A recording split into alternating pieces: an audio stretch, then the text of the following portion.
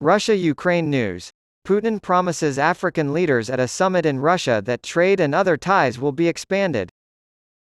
On Friday, Russian President Vladimir Putin met with African leaders at a summit, where he praised Africa's rising influence in international affairs and offered to deepen political and business ties with the continent.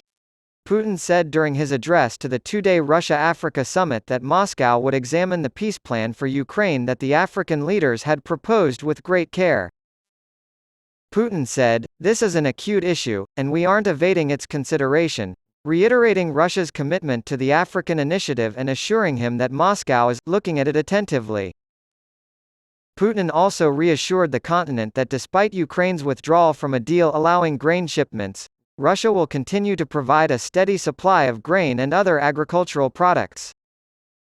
Russian President Vladimir Putin has pledged that his country will always be a responsible international supplier of agricultural products, and that it will continue to aid developing nations and regions by providing free grain and other supplies.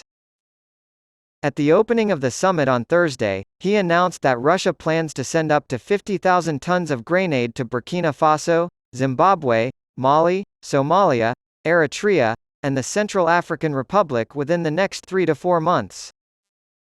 In response to Moscow's decision to halt grain exports from Ukraine, UN Secretary-General Antonio Guterres said on Thursday that such donations of grain cannot make up for the impact of Moscow's decision.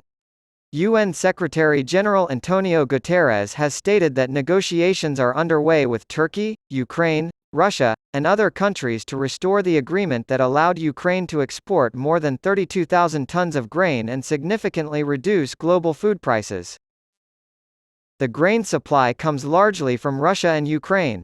A year ago, the United Nations and Turkey brokered a deal that guaranteed the safety of ships entering Ukrainian ports on the Black Sea. Last week, Russia decided not to renew the agreement, citing delays in its own exports as the reason. Putin once again accused the West of impeding Russian grain and fertilizer exports at the summit, and he offered free fertilizer to Africa. Russia's renewed interest in strengthening ties with Africa, home to over 1.3 billion people who are becoming more vocal on the international stage, is symbolized by this week's Russia-Africa summit. In the United Nations General Assembly, Africa's 54 member states have been the most politically divided region over whether or not to pass resolutions condemning Russia's actions in Ukraine.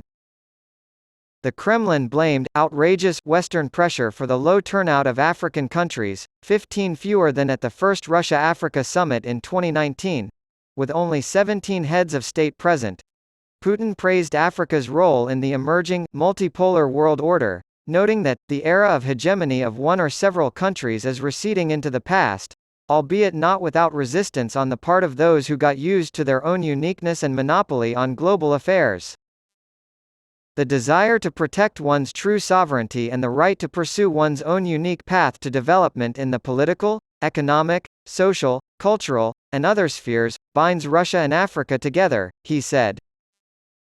Russia, he said, wants to strengthen its economic ties with Africa and has promised to forgive another $90 million in debt.